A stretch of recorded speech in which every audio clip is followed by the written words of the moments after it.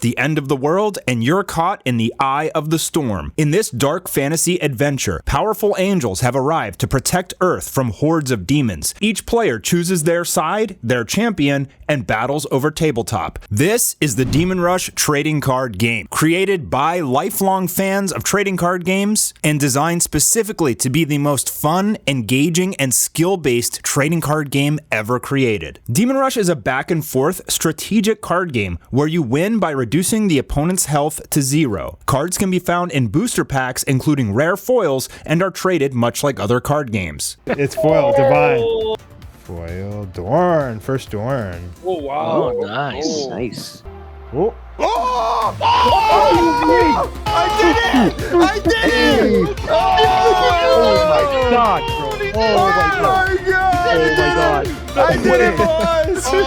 Yes! Yes! Demon Rush is backed by an award-winning manga, currently with 13 chapters of beautiful art and design. Additionally, there are some anime promos featuring prominent Japanese voice actors. But here's what makes Demon Rush so different. Number 1, there's no battle phase. This means that you can rally a soldier, attack, and use its effect, and then continue your turn by rallying more soldiers, attacking, and using their effects. However, because of the Imperium system, you won't be able to have a very long turn doing this. But what's so great about it is it gives more interactions in the game. Number 2, almost every card in the game is quick play. This means that you can respond to just about any action from your opponent. And the best part about this is those decisions are everything. Those decisions on where and when to interact with your opponent are either going to win the game or cost it for you. Demon Rush appeals to the hardcore gamer inside of you. Although it's incredibly easy to pick up and learn,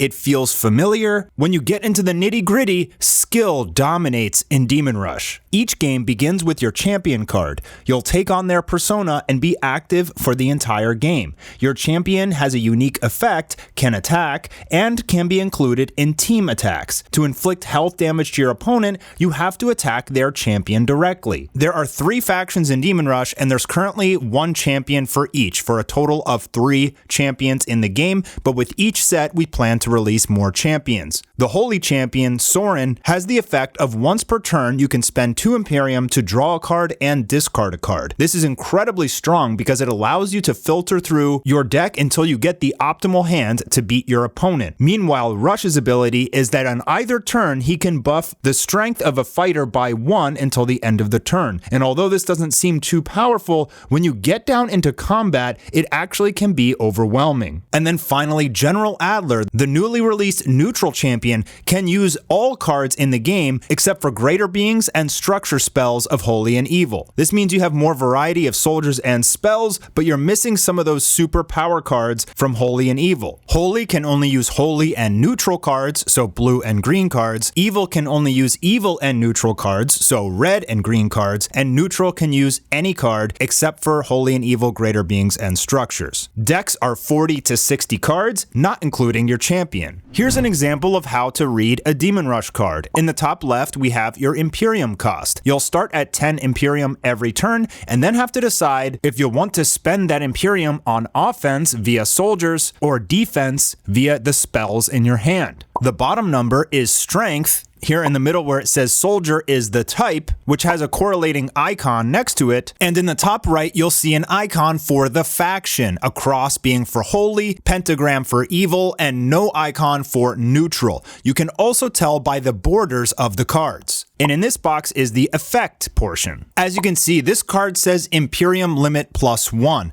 Some cards in the game will raise your limit for your next turn. So if you play Augustus, you won't replenish 1 Imperium, but your limit will go up.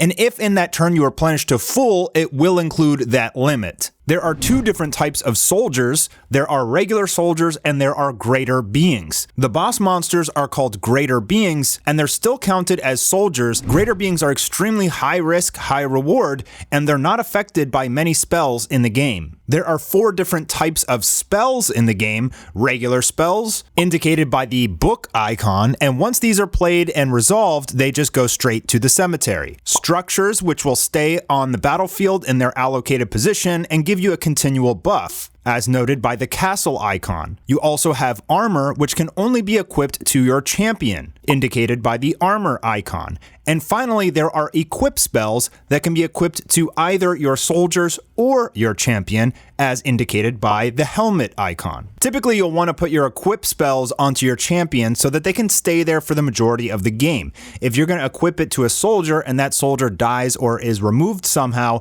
that equip spell will go to the cemetery. How to read a playmat in Demon Rush trading card game. Your champion will always remain in the champion slot the entire game. Your soldiers will go up here in the soldier slot, and if you want to equip anything on them, the equip spell will go in the equip slot beneath them. If you would like to equip it to your champion, it will go in the equip slot beneath him. There's a zone for your structures, cemetery, and vanquish pile. Vanquish means remove from the game entirely, and some cards have those effects. There are 4 phases in Demon Rush. The beginning of a turn starts the draw and replenish phase. This is where the turn player will draw a card and replenish to their Imperium limit simultaneously. This cannot be interrupted in any way, but it does begin a response link. The turn player will have the option of playing the first card in a turn. And if they don't want to respond to their draw and replenish, the opponent can activate cards in the draw phase. The turn player always gets the first chance to activate or play a card, but if they pass that precedence, the opposing player can activate their own cards, and if there's no responses to them, they can continually response link to the cards that they've been playing. Anytime you play a card or make an action, it's up to your opponent to respond, and if they don't, you can continue. There is no battle phase in Demon Rush, so when you get to attacking, it's broken down into 2 individual phases. A declare attack phase, in which you declare your attack either with a single soldier or a team attack, and whenever you declare an attack, your opponent gets the option to respond. If there's no response, you will enter damage computation. This starts a brand new response link in which more cards can be played. If nothing stops the attack, you'll calculate the damage, and whoever has lower strength will be destroyed. If the attack is hitting a champion, you will do health damage equal to the team attack minus the strength of the champion you're hitting. So if you're attacking for 10 and your opponent's champion is 1 strength, you'll do 9 health damage. There is no battle phase in Demon Rush, so you can continually rally soldiers, attack, and rally more, and attack and use their effects. Although most soldiers in the game can only use their effect once and attack once per turn. This adds an extra element of skill to the game, as the defending player has to be weary of how much Imperium you have and if you're going to be able to rally more soldiers that turn. Finally, once your Imperium's exhausted and all your soldiers have attacked, you will enter the end phase. When you declare that you end your turn, your opponent has the ability to play any cards before the turn is over. And whenever the opponent plays a card during the end phase, it will cause a replay for the turn player. So if I'm the turn player and I pass and my opponent activates Dark Cube, I'll have to pass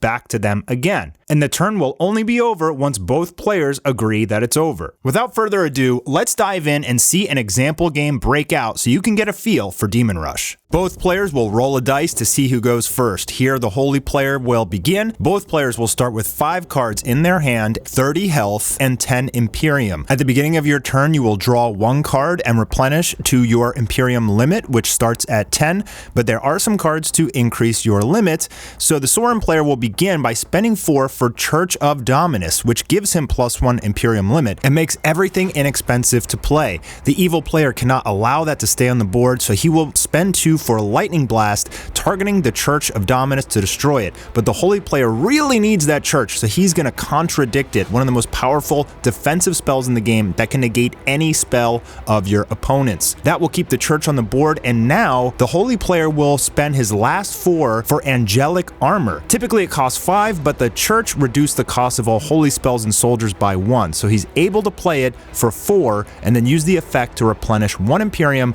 and end his turn. Important to note here that even though the evil player used Imperium on his opponent's first turn, when he began his first turn, he still replenishes to 10, meaning that if your opponent goes first and you're going second, you can pretty much use all your defense and still replenish to your maximum on your turn. This was an incredibly good opening for the holy player. He got his full setup, and it's going to be tough for the evil player, who rallies Arcog the Shield Demon, the main tank of the evil deck, and now he's going to attack with Rush's Pump plus Arcog for a total of 7 strength, 5 from Arcog and 2 from Rush, who pumps, and Sorin's at 3 strength with his structure and his armor, so 7 minus 3 equals 4. That's how damage is calculated. You subtract the difference between the team attack and the champion who is taking the brunt of the force. Evil player is going to end his turn with Arcog, 5 Imperium, and 4 cards in hand, which is a very solid opening for Evil. Holy will replenish to 12 because of his armor and his church, now activating Soren's effect, paying 2 Imperium to draw a card and discard a card, and he discards Ancient Coin, which allows him to draw another card. He's going to activate the Angelic Armor to replenish 1,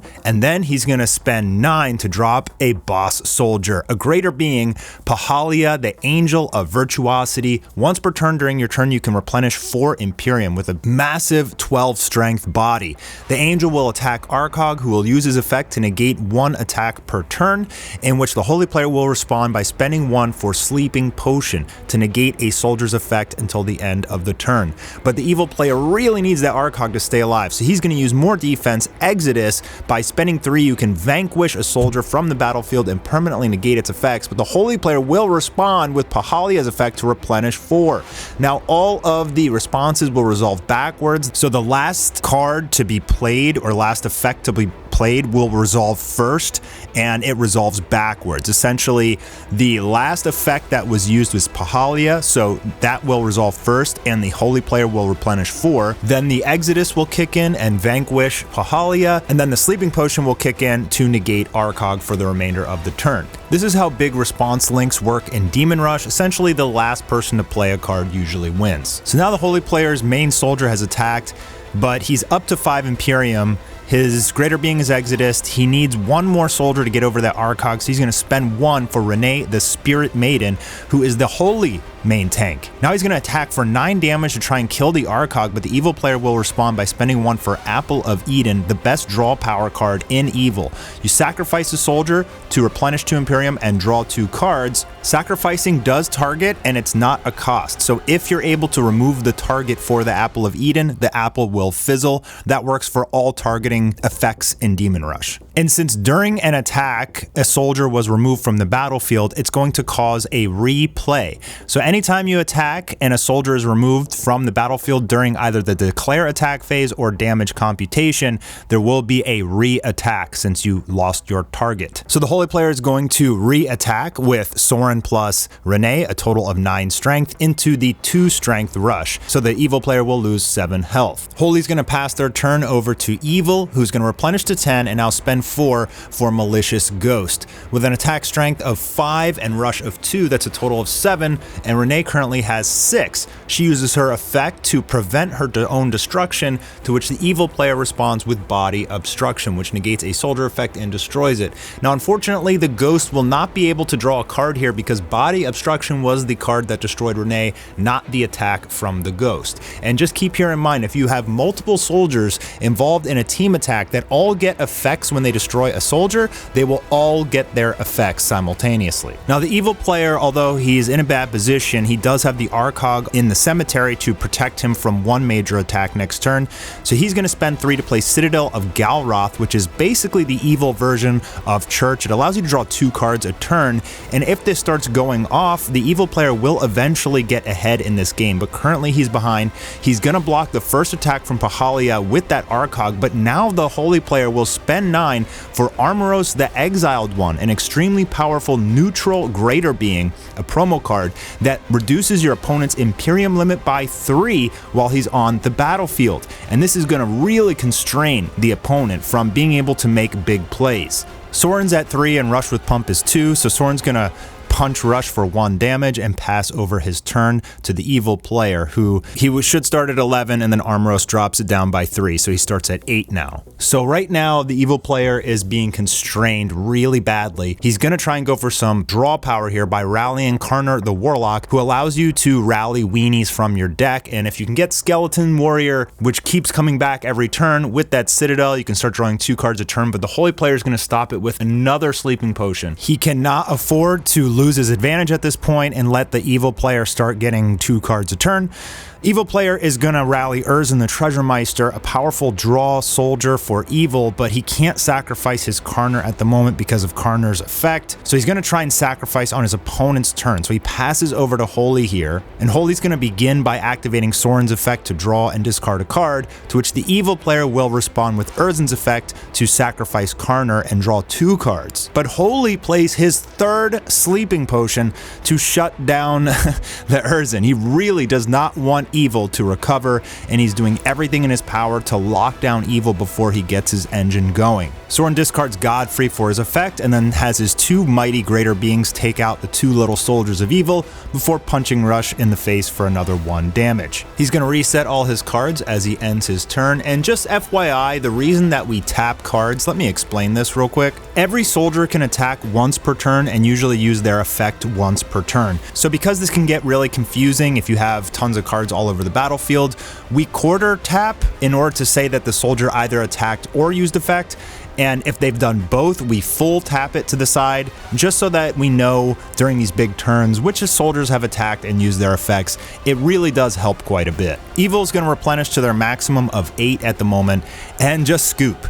They have 2 cards in hand, Kolsu the Gatekeeper, the most powerful evil greater being, but because Armoros is locking down Evil's Imperium limit, he cannot play the Kolsu, and Dark Cube is a powerful searcher for your deck, but it does not work on greater beings. And because Holy has 2 greater beings and is locking down evil, there is no options, and evil is going to have to scoop this game. But it is best 2 out of 3, and there is side decking. Side decks are up to 15 cards, and in between each game, you can side in any number of cards. You just have to side out that equal number of cards from your deck back into your side deck. So if you want to side in 3 cards, you got to take out 3 cards. Matches are best 2 out of 3 games. If you lost the previous game, you will go first on the next game, and side decking is incredibly important in the competitive environment. We're players who wanted to make the single most fun and competitive card game in history. Demon Rush is a gift for gamers. Every single card was rigorously tested for balance, and there are no bad cards in the game. You won't have to break the bank or your wallet to get into it. It was made for you, with lots of foils, thick premium cards that are great for slapping. It's a community-driven game with like-minded members who have lots of trading card game experience.